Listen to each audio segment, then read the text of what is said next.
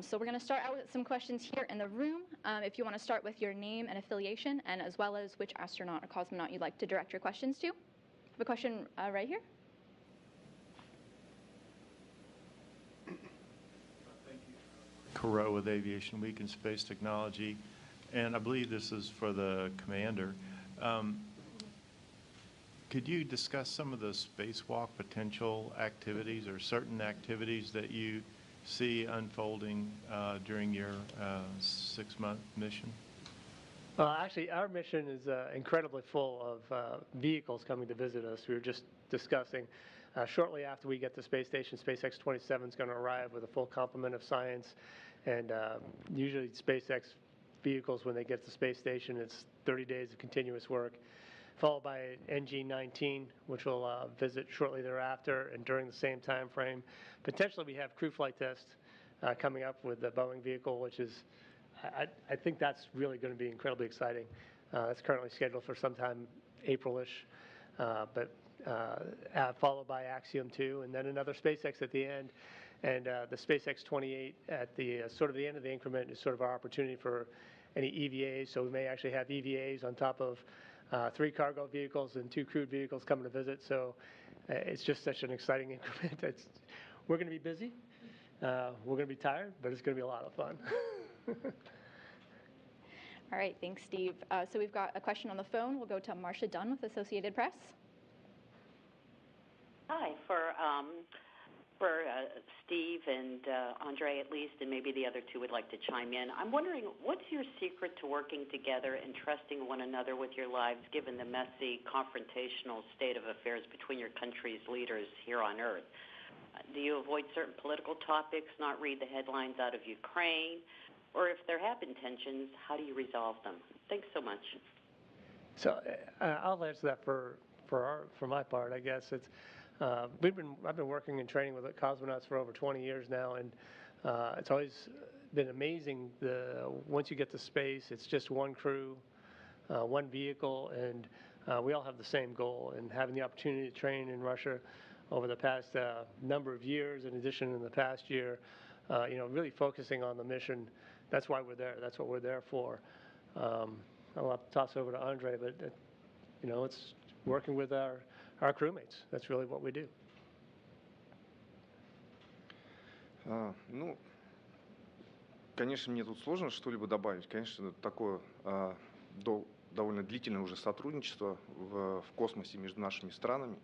И я всегда говорил, что жизнь людей, космонавтов, астронавтов на станции из разных стран является ярким примером, то есть жизнь людей в космосе является ярким примером того, как люди должны жить на Земле. Ну и я считаю, мы являемся очень хорошим примером этого. It's really hard for me to add anything here.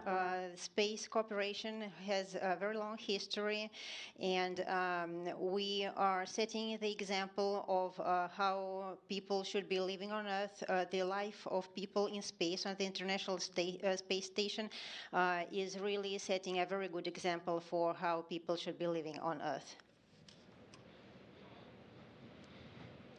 Definitely all about the mission, and that's what we're here today to talk about. We're going to go to a question in the room. Gina Sinceri, ABC. Who wants to talk about the patch and its significance and how it was designed? There's a patch over there. You can talk to it. Well, yeah, I think when we started talking about the patch, we were looking at different elements linked to dragons, and I wouldn't say that we were running out of options, but we all liked ships, and historically all the space shuttles were named after vessels or discovery ships. So we like the names Endeavour, we like the name Discovery, and so on. So we thought, what about having a ship maybe in the patch? So we looked up at items that has maybe a dragon figurehead. And we found like a good, cool idea of having maybe a figurehead ship as the main element. And as you may know, that the Dragon actually dock in the forward of the station itself. So that became the main element. Plus, we had a very cool addition by Andrey when he said, let's use the cosmonaut 2012 class shape, which is it looks like a sail, but it's actually the idea of three planets, or I would say Earth, Moon, and Mars. So that actually kind of draw a sail. So we thought, okay, a ship and a sail, that can work together. We added other elements like the Draco constellation, which is a similar name to some of the engines on the capsule itself. And as you may see, actually, our names are written in the original language. So I think it came as a cool patch after all. And one final element is the actual space station. It looks like an anchor to the ship, which also was presented very well in the patch. So we're really happy and proud of our patch. Thanks. And we have a question from here in the room. Eric? Hi, Eric Berger with Ars Technica. It's a question for anyone who wants to address it. Low Earth orbit's becoming increasingly congested. The ISS is doing maneuvers. We had the MMOD strike on Soyuz MS-22 in December. I'm just wondering, if that's, you're going to be up there for a long time, 6 months.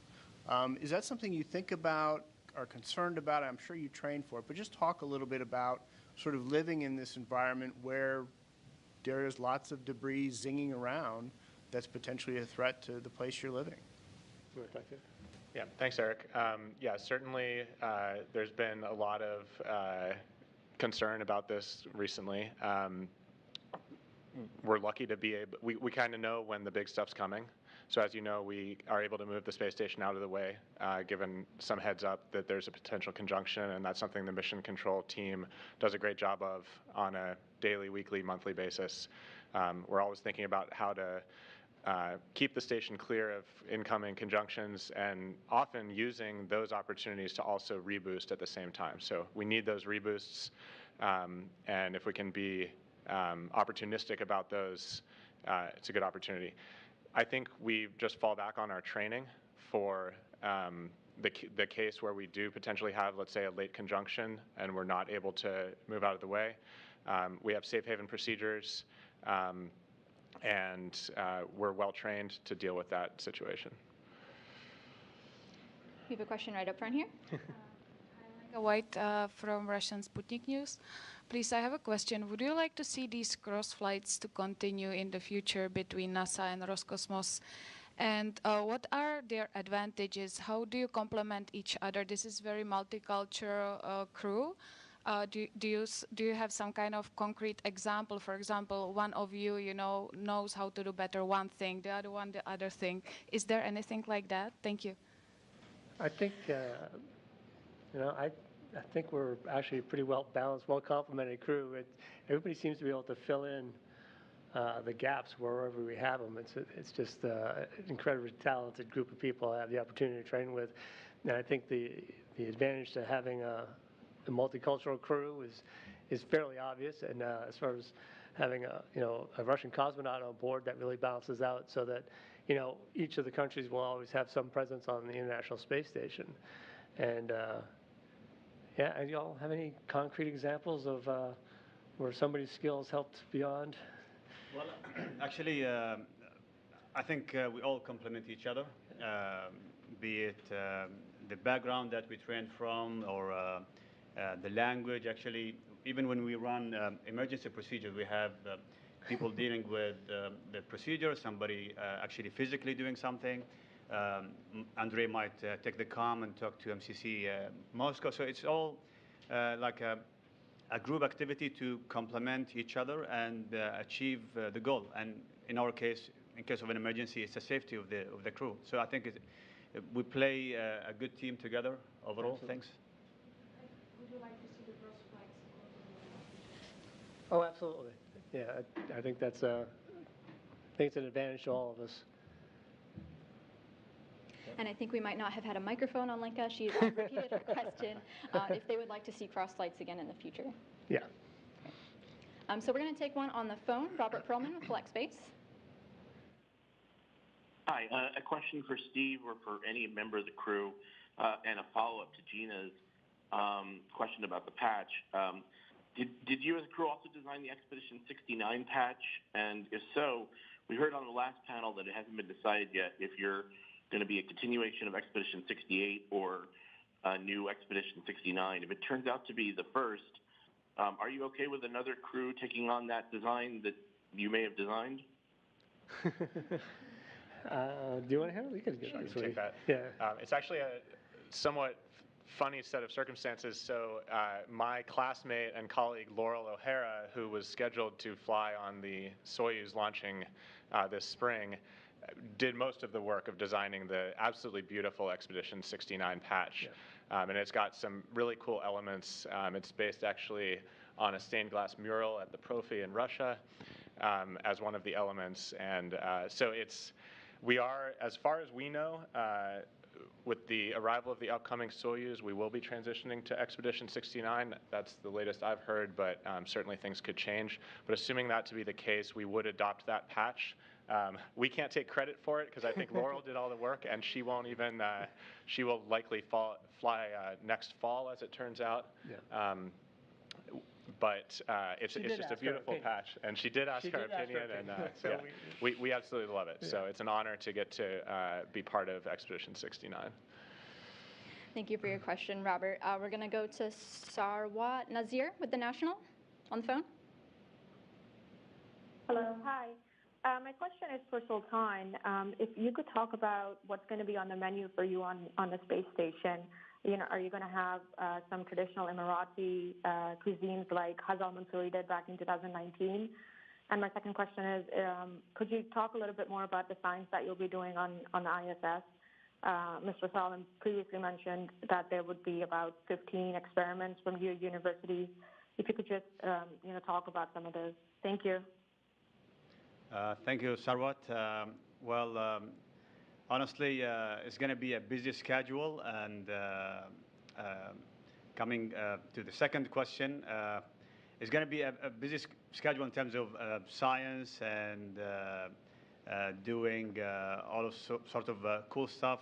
So we are subjects ourselves. We have a lot of sensors on us when we do experiments. They log our sleep, they log our vascular activities, breathing, and so on. So that is one part of the medical experiments, I would say. We have a range of other experiments like material science and bioscience.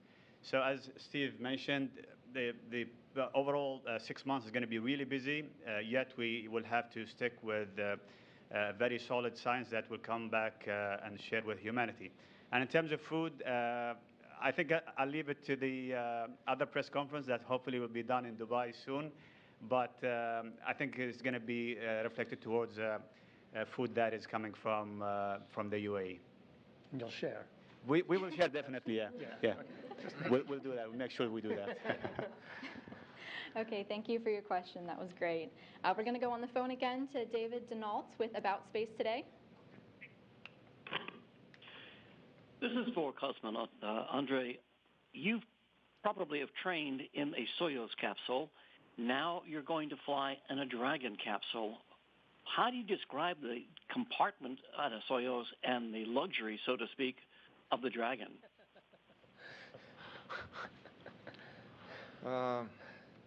Хороший вопрос, конечно. Good question. Ну, на самом деле, принципиально нельзя сравнивать этих два корабля, потому что это совершенно две разные эпохи, ведь между ними практически 50-60 лет стоит между созданием этих двух кораблей. It's a really good question, and just in principle, you cannot compare these two vehicles because there are 50 or 60 years between when they were designed. Ну вот конкретно для человека, который задает этот вопрос, я хочу ответить другим вопросом. But just specifically for the person who asked this question, I want to answer by asking a different question. Вот что бы вы выбрали? Например, между двух вариантов. У вас первый вариант – это большая однокомнатная студия, квартира, где вы можете жить, либо небольшая двухкомнатная. If you had to choose between one large studio, like one bedroom studio, and two smaller rooms. This is my answer, sorry. That was a good description. Thank you. So if you're just joining us, we are taking questions with the Crew 6 crew. If you are on our phone bridge today, please press *1 to ask a question, and we'll call on you. Or if you have a question on social media, head over to Twitter and push #AskNASA, and we'll be looking out for your questions as well. I'm going to take one from social media right now. I think this one can be for Steve. What are you going to be doing in space, and how long are you going to be there for? This question is from Yankee Pilgrim on Twitter. Well, what are we going to be doing in space? So we have a 6-month mission. I think it's currently scheduled for about 182 days. I outlined the number of people that are going to be visiting us, the number of vehicles that will be visiting us. We've got hundreds of experiments that will be assisting along the way. For me, this is the first time I have the opportunity to spend more than a couple weeks on Space Station, so I'm really looking forward to the opportunity to live on board Space Station. I've been kind of joking, it's like as a contractor, when you build a house, it's really cool. You get to see how things come together, but most of the time you never get to live there. Well, I get to go live in the house I helped build, and that's going to be really exciting for me. I really look forward to the opportunity of spending the time with this crew. I mean, this is going to be great. So, what do you want? I mean, I often like to think of it kind of as follows. As Steve said, we're going to be living in space for 6 months. So I think back to 6 months ago and think, okay, that's a long time. So we certainly have to take care of ourselves. That means sleeping, eating, exercising quite a bit. When we are not doing those things, we are working. And our work on the space station, I kind of think of it as two different things. So first, the purpose of the space station, it's a national lab, and it's for scientific research. So we have this incredible, unique, weightless environment where we can conduct amazing scientific research, and that's why we go to the ISS. And then, so that's maybe half of the time we spend is on that scientific research, and then the other half is on keeping that beautiful space station flying. So that means doing maintenance, repairs, potentially going outside and doing spacewalks to upgrade things, but just keeping the space station healthy. Personally, what are you looking forward to? It's got to be something. I'm trying not to get my hopes up about possibly getting to do an EVA, but that's certainly on the list. But I think just when we arrive, I'm looking forward to looking out the window. Yeah. Well, I totally share the same ideas and looking forward to work as a team. And as Woody mentioned, we will be living there. So just the idea of waking up every morning and having the access to a window like the cupola, I think it's literally out of this world. I mean, you can see and scan the whole world in 90 minutes, which is amazing. So that is probably the one thing that I want to see in person. But obviously, doing all the tasks that we train to do, actually doing science, doing all the repairs, and actually communicate the activities that we do on board with students, and just spreading the enthusiasm about the space station and traveling to space overall. Let's do it. Yeah, let's. Usually his answer is so much better than the rest of us.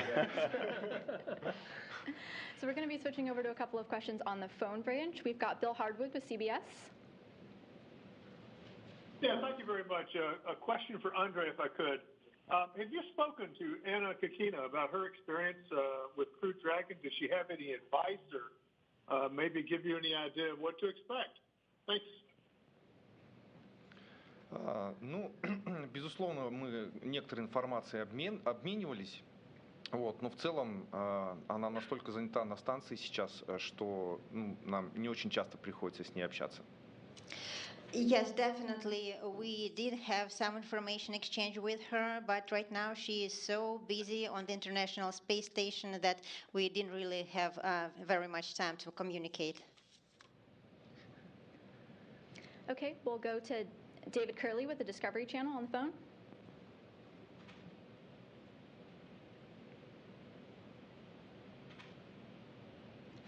David, are you with us? Questions for Steve. Thank you. I'm here. Sorry about that. Steve, a couple of questions.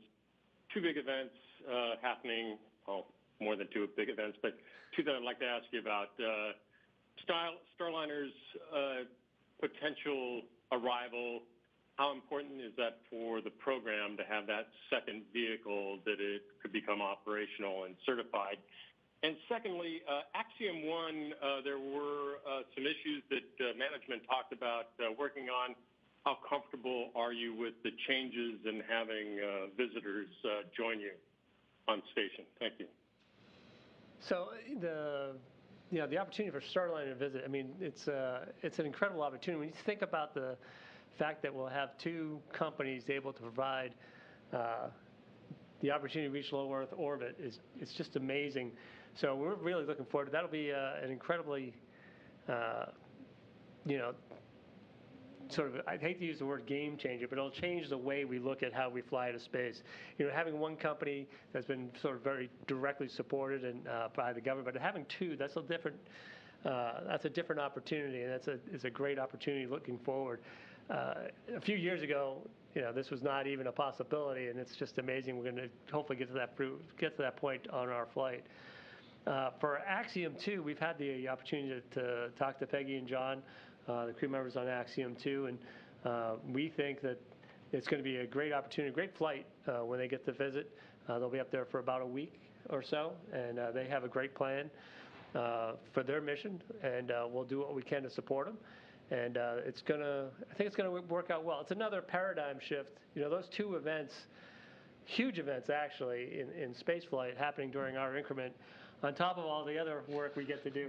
I don't think we're going to fully be able to absorb it until after the fact, how important those two events really are. So it's going to be exciting, that's for sure. So we'll go now to Sophie Sanchez with Cosmic Chicago. Hi, thank you for taking my call. I guess this question could be answered by anyone. Earlier in the previous broadcast, we heard our managers speaking about the low probability events that they plan for when it comes to things like strikes to the Soyuz.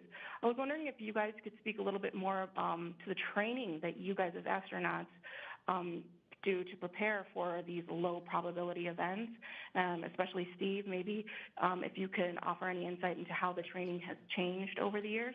Thank you. So I'll let Woody take the difficult scientific side of this, I guess. I'll just give a couple anecdotes along the way. So yeah, the way we've looked at the probability of MMOD strikes on the International Space Station, for the life of station, from when I first showed up, it's been the highest probability event for causing loss of station.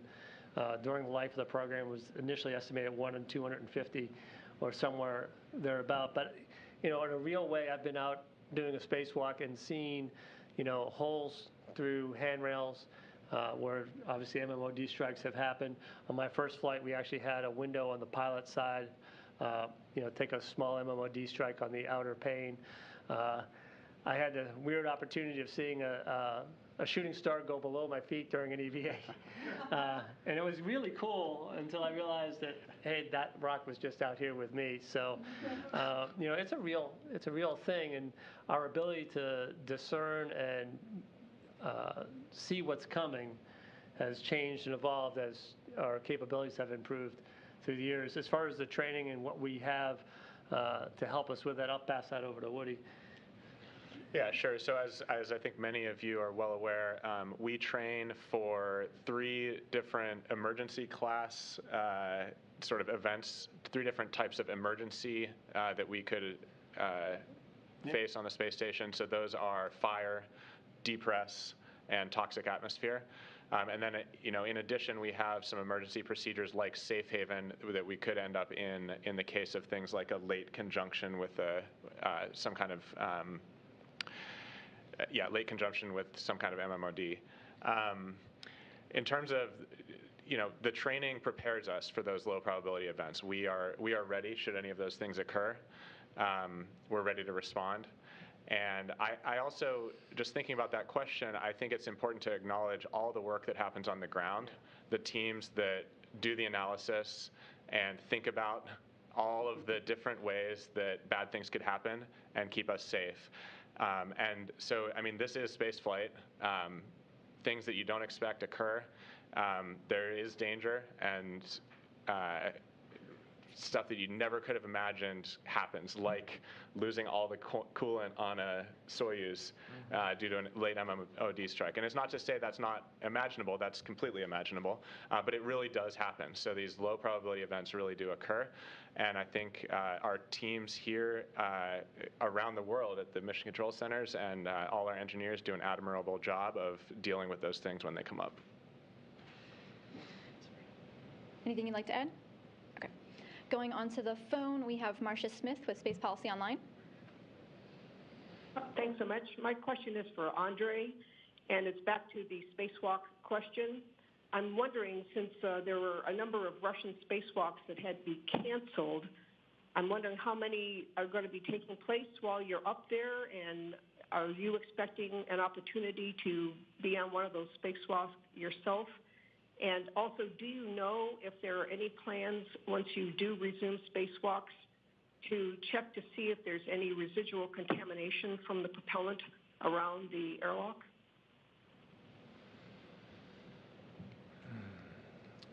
Ну, на самом деле, да, действительно это так.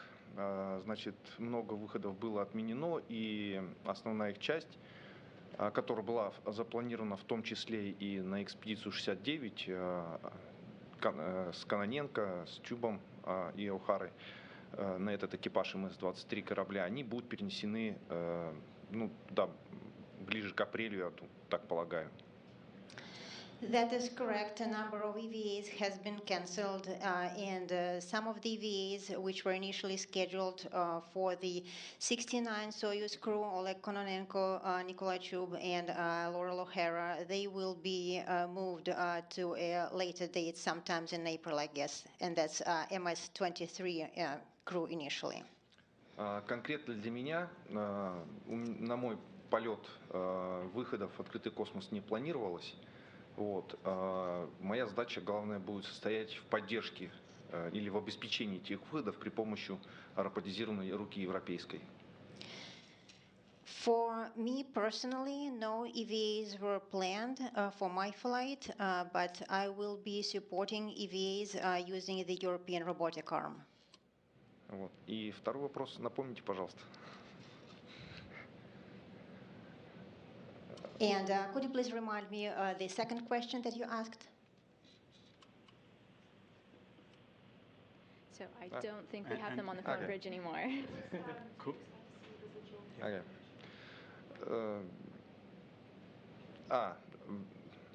Ну, вот это я не знаю, так как мне не ставили задачу выхода в открытый космос, поэтому и у нас очень часто задачи в открытый космос от одного выхода к выходу сейчас могут меняться, вот, поэтому, может быть, что-то такое будет, а может быть, нет, я не могу точно сказать. It's hard for me to answer this question right now, since no EVAs were originally planned for me, but EVA plans and programs are changed sometimes. So for now, I don't know if anything is planned like that, but this might change. So since we're speaking of spacewalks, we have a couple of questions from social media about them. Indranil would like to know how many you anticipate, if any, and then B would like to ask if any of those spacewalks involve the IROSAs. The answer to the second question is yes. So during the later part of our mission, as Steve mentioned, we're expecting the SpaceX 28 cargo vehicle to come up and visit us starting around June. And in the trunk of that vehicle, there will be 2 IROSAs, our ISS rollout solar arrays. And so, as many of you know, we're undergoing a kind of long-term effort right now to upgrade the solar arrays on space station, and we're maybe midway through that process. And so, actually, the crew on board right now has been working on the mod kits for the 1 alpha power channel.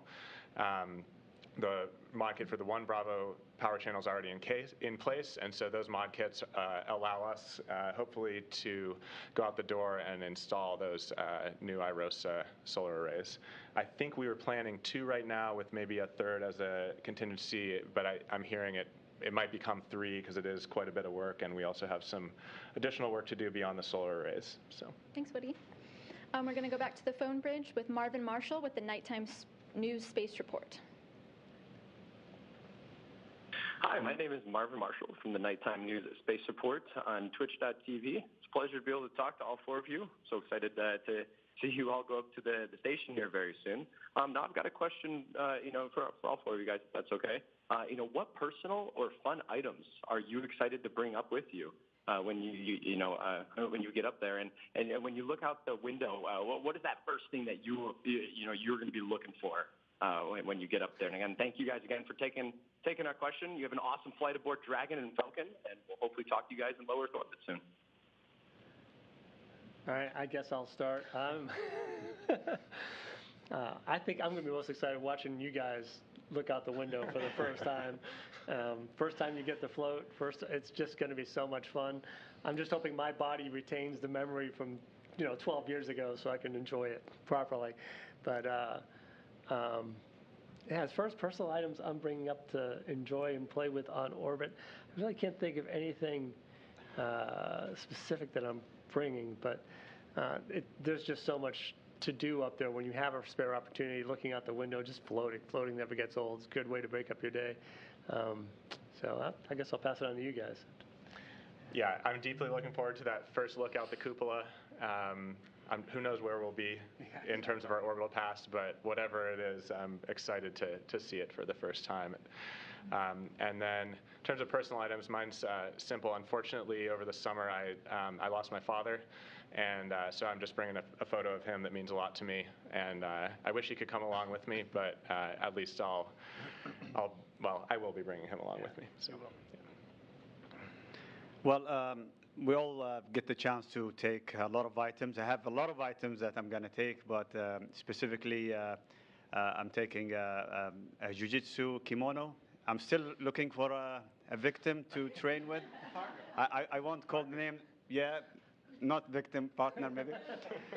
And yeah, that's one cool item I'm looking for. I'm also taking some small Tintin rockets from the old adventure of Tintin.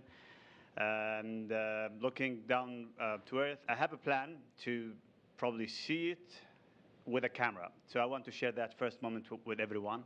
Hopefully it will work.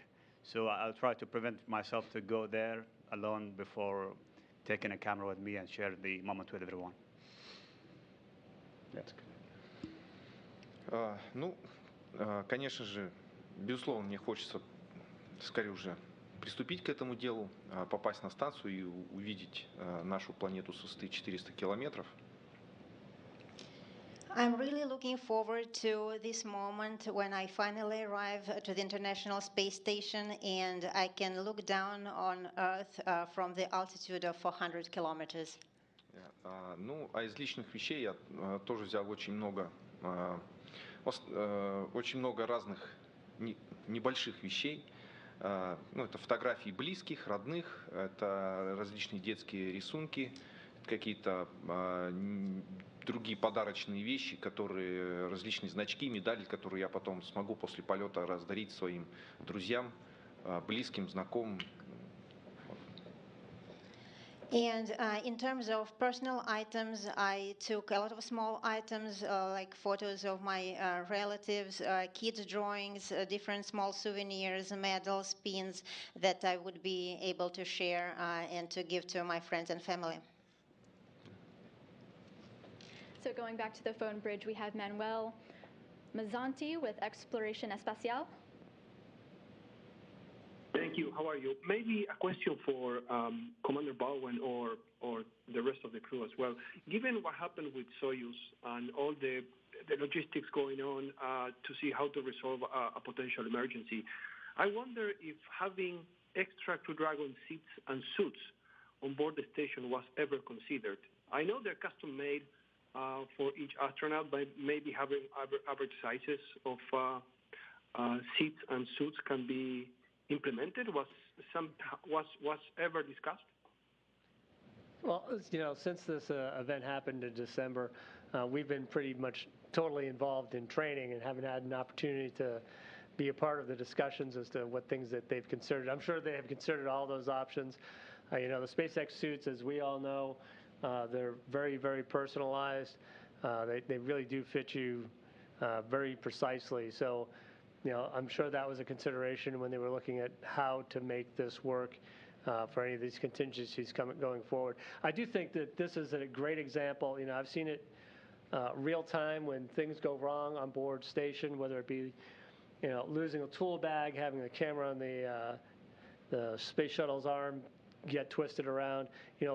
NASA and the space agencies now, really across the board, coming together and getting to a solution. Now with our commercial partners as well.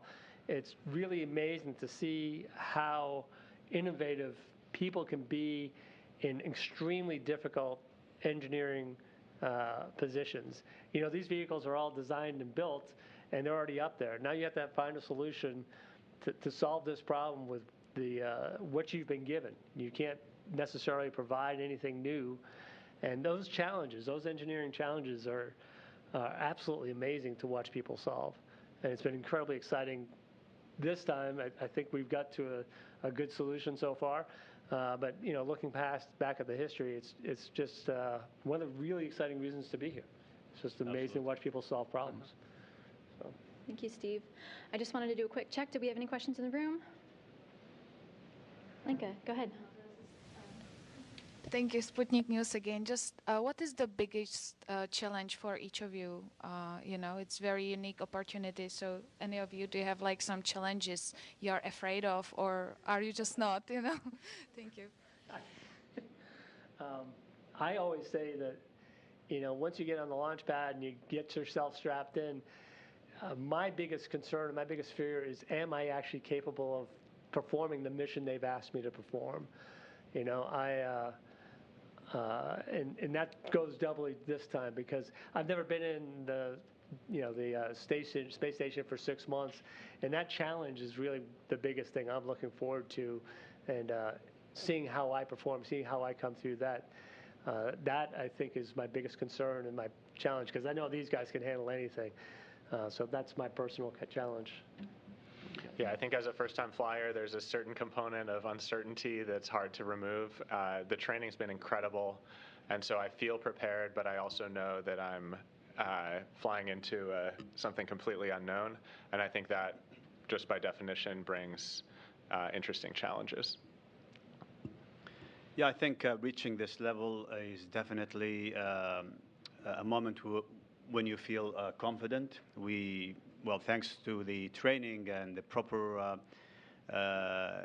knowledge gain that we get, I think we're ready. I won't call it fear, but I would call it respect. I heard this word from a fellow astronaut. He said we need to respect the machine that we're handling. So we have a lot of respect for the rocket, for the capsule, station overall. And in case of an emergency, I think we are really equipped with the proper response. We have procedures we can run. We have memorized responses that we can conduct. So in that regard, I won't call it fear. We're ready for it. In terms of the most difficult thing, I think 6 months is a long duration, and probably the most difficult thing is staying away from family. Hopefully we can keep that connection with our beloved ones, and again share the daily routine that we're having, and keep that bond throughout the 6 months mission. So yeah, to me that is the most difficult thing probably. Для меня, наверное, самое сложное это, в принципе, то же самое все. Во-первых, это после старта и прибытия на станцию, это привыкнуть к невесомости, то есть понять свой организм, как он будет адаптироваться к условиям невесомости. Well, for me, I think some of the aspects are the same, and also after launch to get used to the weightlessness, to see how my body will react to microgravity. Ну, затем, соответственно, после посадки привыкнуть обратно к земной гравитации, то есть организм опять будет заново привыкать жить на Земле. And then after landing, to get used to living on Earth again, so my body will be adjusting or readjusting to gravity again. И вот это вот меня, конечно, беспокоит. Ну и, естественно, самое главное в процессе всего полета, мы, конечно же, не можем подвести всех тех людей, кто помогал нам и готовиться, кто помогал готовиться нам именно как наши инструктора, те, кто помогает, те, кто производит космическую технику, то есть всех инженеров, ученых, те, кто готовит научные эксперименты. Ну, как бы не можем их подвести, и наша главная задача – это выполнять свою работу хорошо. And of course, during the actual flight, it's very important that we meet the expectations of all the people who work tirelessly on the ground, all the scientists and engineers, and perform all the experiments very well. So we have Will Robinson-Smith with Spectrum News 13 in Orlando on the phone. Yes, hi, thanks for taking my question. Apologies if this has already been asked, joining the call late, but to each of the crew members, is there a particular memento or trinket that reminds you of home on Earth that you're bringing up with you? And if you could speak to why you wanted to bring that memento up with you. And if that's already been asked, if you could speak to maybe some of the science that you're looking forward to operating on station. Thanks. So we did go over the items. This will be available for playback on NASA's YouTube account, but did you guys want to talk science? You know, as I said earlier, we've got hundreds of experiments, you know, on each of these flights continuously going on board station, and so every new visiting vehicle is going to bring many more opportunities. Some of them are more, you know, more astronaut intensive than others, and obviously the ones, the medical experiments that we are also subjects of. Those are probably the closest ones to heart. But I usually am looking forward to, sort of generically, I'm always very interested in the material science processes that we're looking at on board station and those experiments as well. But we have so much science, and we've been, you know, just in the past few weeks, we've had so many briefings on things that we're going to be doing. I feel a little bit saturated right now. You guys got any particular ones you're thinking of? Yeah, as I mentioned, we will be doing a lot of science. I recall, for example, some science on the fluidics and how they react or move in space. And we have some combustion experiments that we'll be monitoring as well, various types of combustion. And we see the flammability on these elements. This is for the safety of the crew when we go beyond low Earth orbit, going to the moon and beyond. It's another test of flammability. And we have, as you mentioned, Steve, and I do mention as well, we will be subjects to a lot of scientific observation that is done before the flight, during the flight, and post-flight, to see the impact of weightlessness on our bodies, on our body mass. So it's all for the sake of science, and it's all for the sake of the push towards the boundaries of exploration towards space. So I'm excited to run all these experiments. Yeah. Yeah, it's just amazing what the ISS platform can accomplish. So it's everything from fundamental scientific research to looking back at Earth, monitoring, you know, Earth's atmosphere and the climate system, and just studying our own home planet, to innovation. So like the unique weightless environment on ISS allows us to look at things like novel protein folding that's only possible in weightlessness, or constructing microstructures that can't even hold up their own weight and can only be constructed in that environment. And then, just like Sultan mentioned, something I'm passionate about is, I think our 22-year history on ISS has given us enormous value for thinking about how we go forward with Artemis to the moon. And so, you know, Sultan mentioned the combustion experiment. In weightlessness, buoyancy-driven convection is not a thing, and so things burn differently. And I mean, if you really think about things like vehicle design, we're often constrained both in how we design our vehicles and how we operate our vehicles by flammability requirements. So studies like the one Sultan mentioned are enormously important for enabling us to push the envelope in the future a bit more on what we can do with our vehicles. Another one that I'm excited about is we're going to potentially, if we do some EVAs, we may take some swabs outside, some EVA-capable swabs, and actually swab the outside of the space station to try to get a sense of what sorts of like biological material might be out on the outside of space station, and that's relevant for planetary protection when we think about going to Mars. So we're starting to get ahead on thinking about those things and how they impact our future missions. So I have a question from social media here. It's from Angel on Twitter for Sultan Alneyadi. So you'll be the first Arab to go on a long-duration space mission. Will you be spending Ramadan in space? Are you the first? And what are your thoughts on it? Well, first of all, 6 months, long duration, first Arab mission. I think it's a great privilege, yet it's a great responsibility. Throughout the 6 months, we will be passing through very like nice occasions like the Eids, the end of Ramadan and the end of the Pilgrim. So I'm in the like a definition of a traveler, and we can actually break fast. It's not compulsory, and actually fasting is not compulsory if you're like feeling not well. So in that regard, anything that can jeopardize the mission or maybe put the crew member in a risk, we're actually allowed to eat sufficient food and to prevent any escalation of lack of food or nutrition or hydration. So in that regard, we were safe. If we had the opportunity, definitely Ramadan is a good occasion to fast, and it's actually healthy, and probably share some UAE meals with you guys. But yeah, definitely, we'll wait and see how it goes. We're excited to hear all about it. So we have one on the phone, Marcia Dunn with the Associated Press. Yes, hi again. For Steve, I'm wondering, because of the Soyuz leak issue, you're going to be working alongside 3 guys for much longer than you anticipated. And are there any complications with this switch in your crewmates? Any workarounds needed? And are you taking up anything for Frank and his 2 Soyuz partners, like extra clothes or special foods that cater to them, since they're going to be up there a lot longer than they anticipated? Thanks. They have already anticipated, what they'll need for the extended duration of their mission. They'll be taking care of that.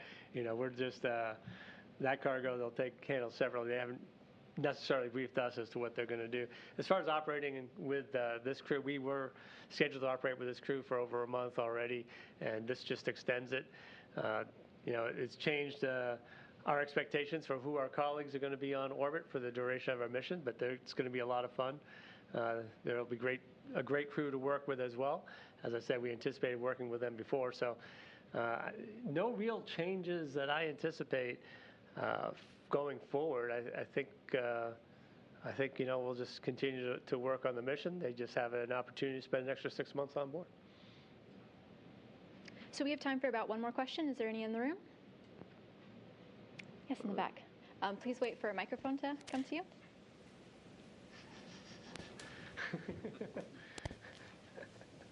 Thank you. Hi, thank you. Is there anything that the crew would like to see accomplished during this mission, but also within the next 10 years of space exploration? Wow. There are a lot of things I'd like to see accomplished during our mission. Everything that's scheduled, I really like my spaceflight nominal. So I would really like the schedule to go as published, and that would be incredibly exciting, because the opportunity to have both CFT, Axiom 2, and the 3 visiting cargo vehicles would be absolutely amazing. So I think that would be fantastic.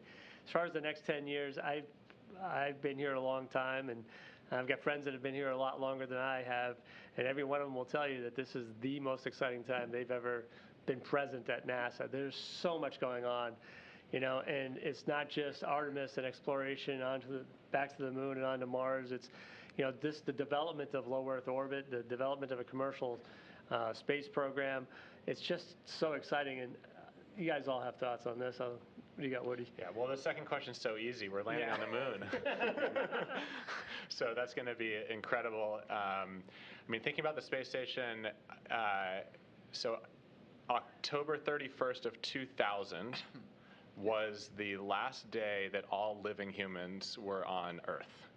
And since then, we've continuously had a presence on ISS. And so we're just, we're going to spend 6 months up there, and I think continuing that incredible legacy, it's just amazing how much we've learned in those 22 years aboard the ISS, and it's an absolute privilege to get to be a part of that legacy with our mission. And then, looking forward, I remember in college, I was an engineering student, and I remember thinking about internships and being a bit disappointed one day, like I didn't get to work on Apollo. Those were the good days. And what was that? A little more than 10 years ago, 15 years ago, I could not have imagined that 15 years later, I would be like around a program, Artemis, that is going to be sending people back to the moon in a sustainable way, setting up a continuous presence. And so I truly think we are living in the most exciting of times, and we need lots of help. So to any young engineering students out there, we really need your assistance for the next decade of human spaceflight. Yeah, speaking about the UAE astronaut program, specifically in 2017, it was a new call for participants to apply and fly to space. So I was lucky enough to be selected among the first two, Hazal Mansour and myself. And in 2019, after a very successful mission, when Hazal went to space, it was the opening towards a continuous presence in space for the UAE. And it was actually a promise from our Prime Minister to continue these flights. So here we are today, we're talking about the second mission. We raised up the bar, now we're talking about 6 months. And we have 2 additional astronauts actually training with the new Ascan class. So we are looking towards mission further into space, looking to join Artemis, hopefully in the future. I would love to see a UAE flag on the lunar service, carried on the shoulder of a UAE astronaut. Yes, I think the UAE is doing a very good job, and in the coming 10 years, I think we'll be following the international efforts towards going to space and pushing the boundaries of exploration. Nothing yet. Sorry. Well, that's all the time that we have. This concludes our press conference today. Thank you all for watching. If you didn't get the chance to ask your question, this crew is heading straight over to Instagram, the @ISS account, to answer even more questions. So if you didn't get a chance to ask it then, head over to @ISS, and we're going to get started in about 10 minutes. You can keep up with the Crew 6 mission on social media and the CCP blog, and make sure to watch their launch on NASA TV and on your NASA app. So go Crew 6. Go Crew 6. Thanks. Crew 6. Thanks everybody for coming.